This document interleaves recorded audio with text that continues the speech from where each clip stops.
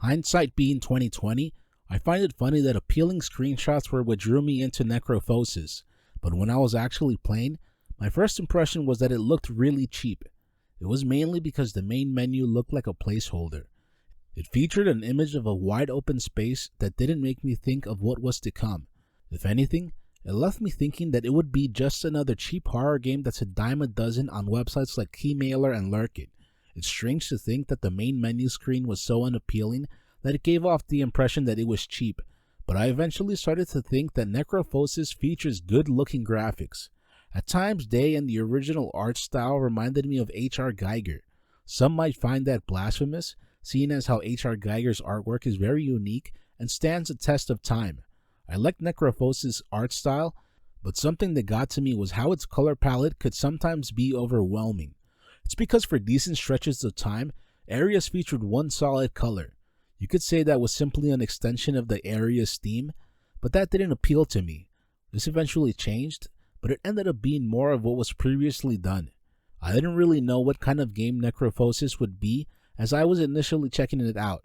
I knew that it was some kind of FPV game, so that along with its appealing screenshots left me with somewhat high expectations. Having played through it all, Necrophosis is a walking simulator. Not only that, it seemed to be more about its visuals than the gameplay. It came off as if it were made by an artist/graphic designer rather than by a game developer.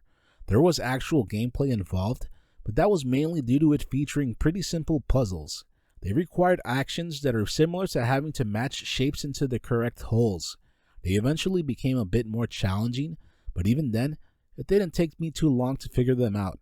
Necrophosis features logs and cutscenes that develop its story, but the truth is that I didn't really pay attention to them. For me, it was all about taking in its visuals and going from one puzzle to the next. I can see some actually taking their time to read these logs because they help to fill out the interesting looking world that's all around you. I ended up thinking that despite the efforts to showcase Necrophosis' story, it's the kind of game that can be played while listening to something or watching a show/movie. Necrophosis' overall offerings were middle of the road for me. It wasn't completely terrible, but it also wasn't memorable. It accomplished what some games haven't been able to, which is to keep me occupied from beginning to end, but I'm sure that's not enough for others out there. Simply put, I don't see Necrophosis receiving wide acclaim. It's violent, at times disturbing, even for a horror junkie such as myself, repetitive, and maybe even too slow for some.